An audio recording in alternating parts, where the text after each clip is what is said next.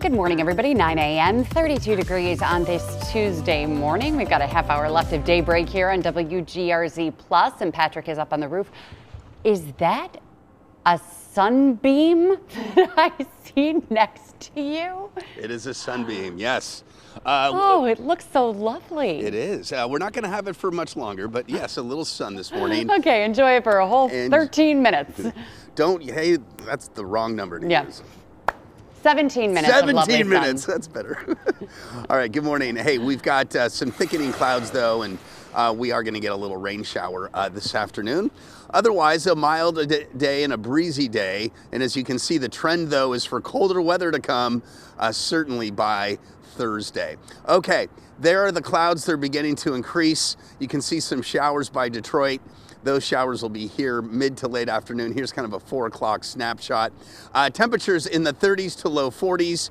Tomorrow morning, it's mild with a few rain showers. And then as we head into the afternoon, those will turn to snow showers. And then temperatures really begin to plummet from there. Future look in motion. You can see the rain showers coming through between 3:30 and let's say 5:30, then they're gone. Then tomorrow morning, there are those rain showers mixing with some snow showers at times. And look at the temperature really beginning to drop off such that by Thursday, look at Thursday morning, 12. And yeah, it's going to stay cold with a few scattered snow showers into Thursday afternoon. There we go. All right. Forecast once again, scattered snow showers on Thursday, more widespread snow Friday afternoon, and then a chance of some snow showers, Melissa, again on Saturday, Sunday, and Monday too, probably. Yeah, so going up again in temperature, so that really, really frigid Arctic weather is not lasting all that long. It's not, but it comes back Sunday, Monday. Oh. So it moderates a little Friday, Saturday, then it comes right back. Just as cold, it looks like. Maybe, yeah, Friday, Saturday. Excuse me, Thursday, Sunday, Monday of next week. And then it probably stays cold all next week. Okay. Yeah. Gotcha. So, yeah, it's the first round doesn't last long, but then it comes back. A little taste, like a little appetizer. Exactly. Things to expect. Mm-hmm. Okay, good to know. Patrick, thank you. The news this morning, state police are still searching for gunmen in connection to a story that we first told you about yesterday morning on Daybreak, an apparent drive-by shooting that happened right on the 190. Here's what state police are telling us. A 32-year-old man from Niagara Falls was driving northbound on the 190 near the Vulcan Street exit just after midnight yesterday. And that's when somebody driving a dark-colored vehicle pulled up next to him and fired several shots.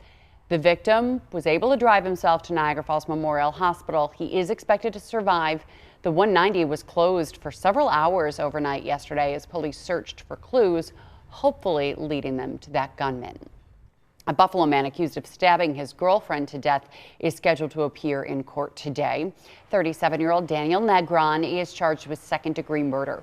He's accused of killing 27-year-old Emiya Sims last July inside a motel room on Niagara Falls Boulevard in Amherst. Officers arrived and arrested Negron in Erie, Pennsylvania for an unrelated incident on the same day that investigators discovered Sims's body in that motel room. Negron faces a maximum sentence of 25 years to life behind bars if he's convicted. His court appearance is happening at 2 o'clock today. Members of the Eastside Parkways Coalition will once again be in court today, and it's all over their lawsuit against the state DOT. They're accusing DOT officials of not properly studying the environmental impact of the billion-dollar Kensington Expressway project. That project has since been put on hold. DOT officials have indicated that they intend to start from scratch and hold listening sessions to get an idea on how to best move forward with the project. Well, we are just hours away from Governor Kathy Hochul delivering her 2026 State of the State address. That's happening in Albany today at 1 o'clock. We'll stream it here on WGRZ Plus. This will be Hochul's 5th State of the State address since taking office. The governor is expected to dive deeper into some of her proposals this year, including making pre-K universal throughout the state. Governor Hochul is also expected to push for a crackdown on ghost guns. She's also expected to introduce new online protections for children and restrict access to AI chatbots. Expect it to be a little bit more of like a campaign speech, since she is facing a challenge for the gubernatorial race. And again, we will be streaming her remarks for her State of the State address at 1 o'clock today. The 4th annual SUNY Cannabis Conference continues today at SUNY Niagara. That event brings together educators, industry professionals, and the public to explore opportunities in the industry. Organizers say to expect sessions on medical cannabis research, sustainability, culinary innovations, and more. The hospitality industry is ripe for cannabis. It's just beginning. It hasn't even begun yet. So there's so many opportunities for it in the future that we're just starting to gear up and really trying to figure it out, how to bring it into legalization in New York State. And that cannabis conference continues today from 8 until 5, and tickets are still available. Well, a pair of police chief retirements to tell you about this morning. First, in the town of Orchard Park, Police Chief Patrick Fitzgerald has served the community for more than 20 years. He began his career as a public safety dispatcher, came up through the ranks as a DARE officer and SWAT commander, and he also led the expansion of the Orchard Park School Resource Officer program before being appointed chief in 2022. In a social media post, the department thanked him for his dedication and wished him well as he begins his next chapter. And Town of Tonawanda Police Chief James Stoffinger has also announced that he will retire next month. He joined the department in 1995 and became chief in 2019, saying it has been one of the greatest honors of his life. Town Supervisor Joe Eminger praised his 31 years of service, calling his leadership steady and community focused. His last day on the force will be February 19th. Well, switching gears now to the Buffalo Sabres, and it is official. The NHL draft is coming back to Buffalo. The draft is still a little more than 6 months away, but fans that we've spoken with already are pretty excited for it. Daybreak's Natalie Foss has more.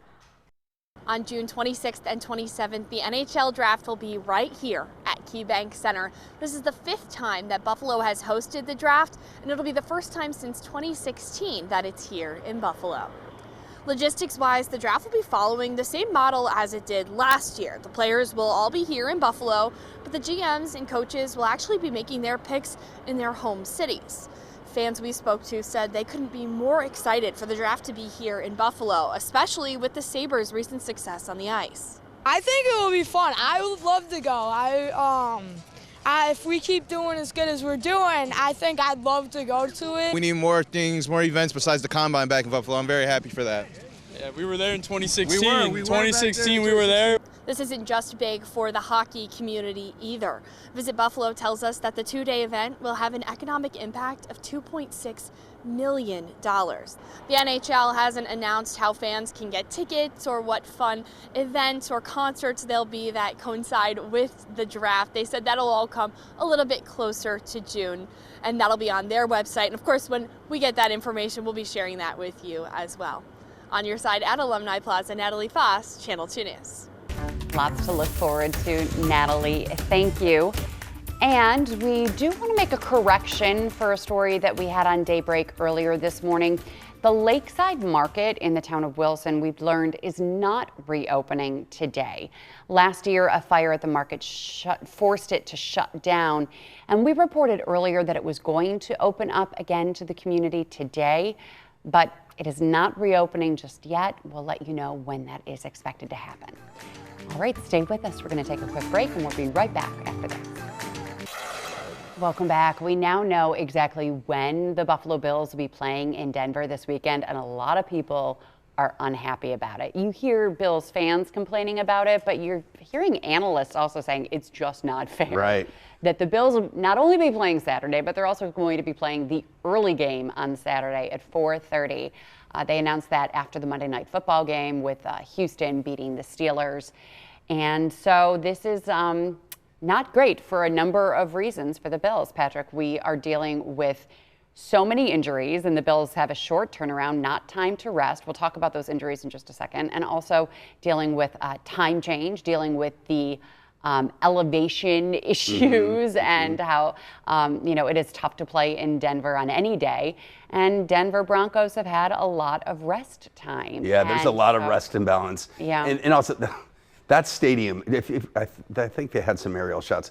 It is massive and it's intimidating. The Broncos, their fan base is loyal, right? So it's not the Bills can't come in and take over. But yeah, it just seems weird to have 1 day less of rest, right? And with all the injuries, and you know. And a lot of people are saying, rightly so, that the NFL is doing it to figure out the ratings. Where are they going to get the most eyes, the ratings, and that sort of thing? And that's why this game is where it is.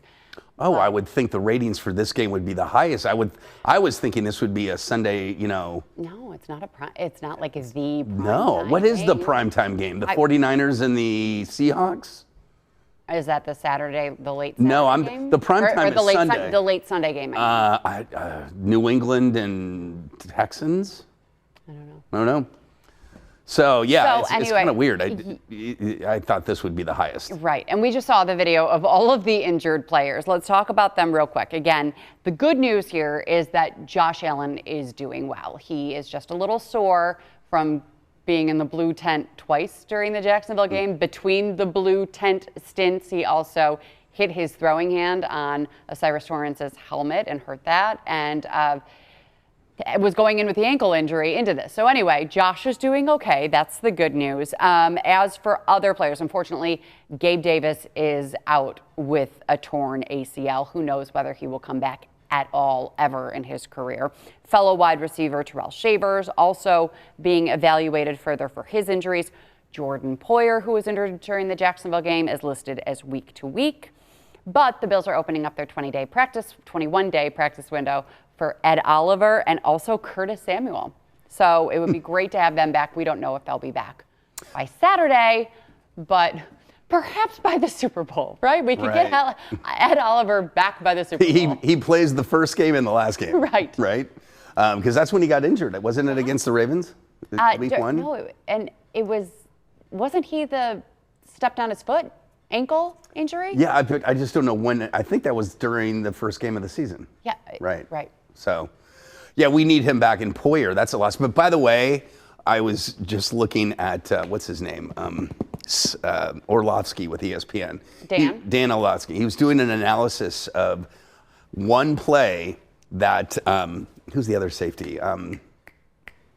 What's his name? Cole Bishop? Cole Bishop made a tackle against their runner, was easily going to score. It was in the fourth quarter, and there was a kind of a screen pass to him, and he was off to the end zone, and Bishop makes a shoestring tackle, and it was probably the play of the game in terms because that saved a touchdown. Yeah. And the game would have gone the other way. So Poyer's going to be a loss, but man, Bishop stepped up. Wow. When the time was right for him to step up, he stepped up. Right. Then he stepped up to the podium. I'm like, who's this 14-year-old kid? He looks maybe 15. Maybe. I mean, he looks like in middle school with Elliott. It's so funny.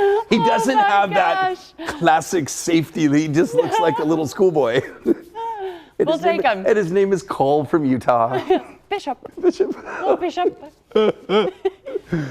I know. He's doing great. Oh my gosh. Doesn't matter what he looks like. Doesn't matter how cute he is. He's a stud right now. Your words, not mine. Right.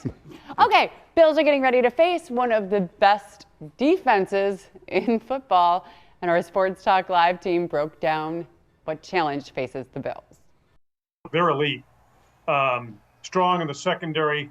That pass rush, I mean, the Bills' offensive line, I think they may be able to run the football in this game more effectively, but dealing with the speed and the power that the Broncos bring, that's a huge aspect to this game that quite frankly, it may turn on. And Patrick Surtain, certainly no one to scoff at there, one of the best defensive players, regardless of position, in all of football. This is going to be tough, and I think as we kind of were trying to look down the road to see a path where the Bills and who they may be facing here in the postseason, it's the defense here. And James Cook, can he get going in this one? But again, I go back to what we discussed earlier of it's encouraging to at least see that the Bills have the ability, if the running game cannot be second-team All-Pro James Cook leading the league in rushing level of stuff, they can still move the football and put points on the board. And again, they have 17, which is something that, as good as this Denver defense is, they don't see and face Josh Allen, especially the playoff version. Great. Okay, we're still trying to figure out the Ed Oliver injuries. Ankle injury, September 10th. So that was, first game. Yeah. No, that was during the practice. Remember the player stepped on his foot, one of his own players. Oh, so he hasn't even played then in a Then regular he hurt his. He played the first game. He had this amazing first game of the season, and then it was the practice after the first game that his fellow, and they never said who it was, stepped on his foot by accident, and he had the ankle injury. Oh, okay. And then we never saw him again. Gotcha. Okay. Okay, I'm sorry. I was like concentrating on him, and I didn't really listen to anything that our Sports Talk Live team was saying about the defense. Jacksonville defense was really good too, and we managed to, show up. So the Bills did. Well, they have their defense. I don't know anything about might be a little bit better because they get after the quarterback. Jacksonville, that's one thing their defense doesn't really do. I mean, Josh never got sacked. He was hurried, but the defense with the Broncos, they get after the quarterback. So and they've had all this time to study tape. Right. Oh, I know. But their offense is not as strong as Jacksonville. Right. So they don't have a Trevor Lawrence. No, and I don't even know their receivers are. I can't even think of any. So then we should be thinking a low-scoring game. It might be. Might be lower. To make our predictions. Right. We'll see. But then again, Jacksonville was low scoring. Well, it was lower than we thought. It really hit the under for sure. Right. Okay. If you want to go to this game, is anyone really out there still trying to figure out whether they're going? I feel like you know or you don't. Well, now it's, the game's in 4 days. Right. And it's, So we'll tell you about ticket prices. There are only 2,500 to 3,000 tickets left. And look at that place. Look at that. I mean, is that just massive? That is. I wonder how many it seats. And there are very few tickets left for Bills fans. Right. And the tickets start at $500 and up for the very, very top nosebleeds. And yesterday is when you typically would see the highest prices, but then the Broncos ticket holders would be able to start selling their tickets. Then the market settles down a little bit, but we chatted with a market expert here who says that he doesn't expect prices to drop by much, especially because of the quick turnaround. Wow. I expect ticket prices to stay up pretty high. The Denver fans are going to the game. They're not going to sell. And typically the more tickets come into the market, and that's the number we look at, the lower the price as tickets come into the market. And we don't expect tickets to come into the market as much. And so prices are going to stay up there. And when it comes to travel, AAA says round trip flights to Denver are starting at about $700. Hotels, the prices for those vary depending on how far you're willing to be. That's an ugly building. What is that? Sorry. It's kind of cool. Do you think? Yeah. That's weird. I would like to know more about the architecture behind that building. What is the building and how did they design it? He was on something when he designed it. I don't know, it looks like ripped pantyhose. That's exactly what, because you get those little oval-shaped rips, right? Right. That's what happens to me. Anyway, that was it. But Denver really isn't known for its architecture. Denver is kind of it's a great city. It's beautiful. I've never been. Oh, it's beautiful. I've never been to Colorado. You have the Rockies right behind the city. It's beautiful. By the way, if you're curious, the airport is like heckin' gone from the city. It's like 40 minutes outside of Denver. Oh. In the middle of nowhere. And is the stadium right in Denver? Mm-hmm. Oh. Mm-hmm. Okay. Yeah. It's a beautiful place. And then you got the mountains again right in your back door. Boulder, beautiful spot. And weather this time of year? It can be all over the place. Believe it or not, the snowiest periods in Denver are the fall and the spring, okay? They get their biggest snows in March and April, typically. Oh. But you can get pretty strong and dramatic cold fronts that come through, and you can have a 60-degree day one day, and the next day the high is 5. So you get huge, it's high desert. Is it too soon to say what the weather will be like for Saturday? Oh no, Saturday looks great, mid-50s and sun. Oh, that's maybe a little breezy. Oh, it's perfect. It's perfect weather. Yes. What about our kicking weather? Breezy? It could be a little breezy, but I don't think, how can any wind get into that stadium? It was built like this. So 76,000 people it holds. So okay, so not that much. I know, but it looked bigger. It looked huge than Highmark. Yeah, it did. Not than our new Highmark though. Okay, we will take a break. What do we have coming up? Oh, that youth hockey brawl. Yeah, this is weird. We'll talk about that coming up. All right, here's that hockey brawl that we were talking about. If you haven't seen it already, you probably will soon. It's gone viral. Tens of millions of people have watched these kids go at it on the ice. But look at that. This doesn't is look okay. fake. It doesn't look...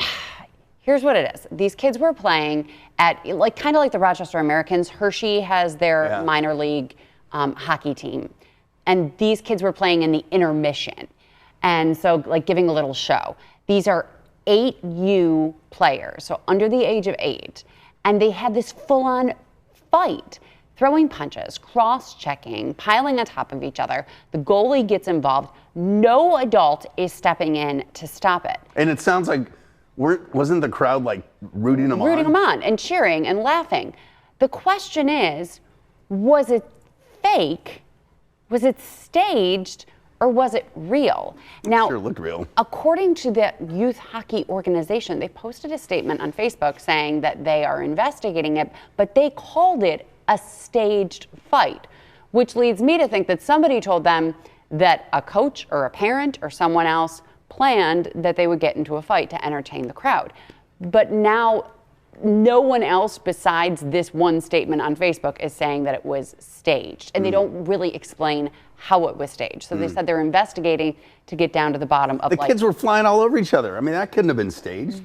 It didn't look like they were like fake hitting, right? I don't know. I didn't look at the video good enough to find out whether it was fake hitting. Bottom line is, did anyone how was get that hurt? allowed? That was just... Why didn't anyone step in and say, okay, this is going too far?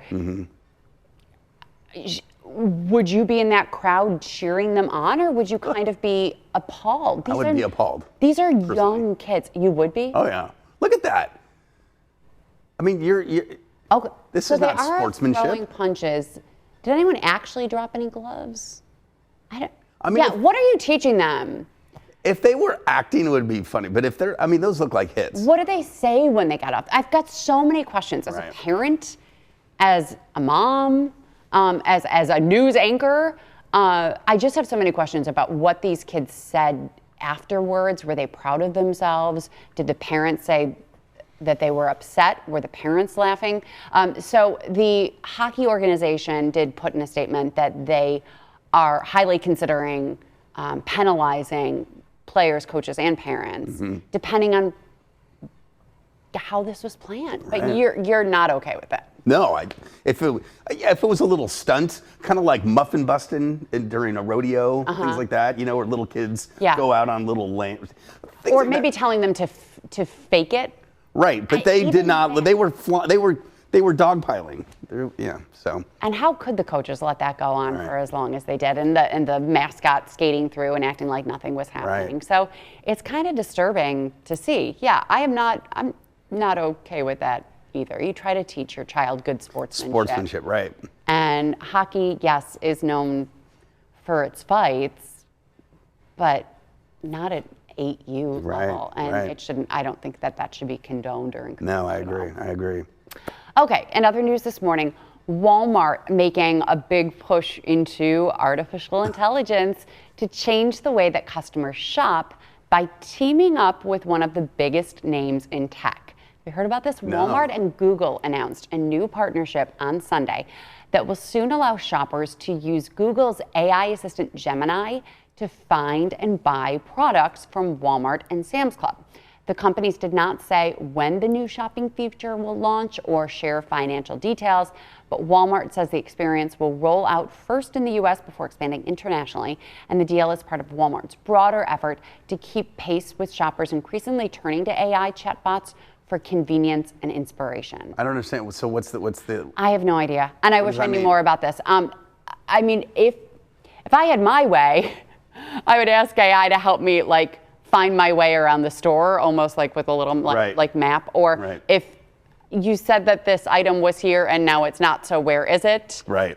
I don't know. Or I'm looking to buy this vacuum. Is this one better? And you're with it in the store. No, I think it's navigating a store, especially one that you haven't been to. Which reminds me, did you see that tweet by Kevin O'Neill where the caption is, "Everything's all wrong here"?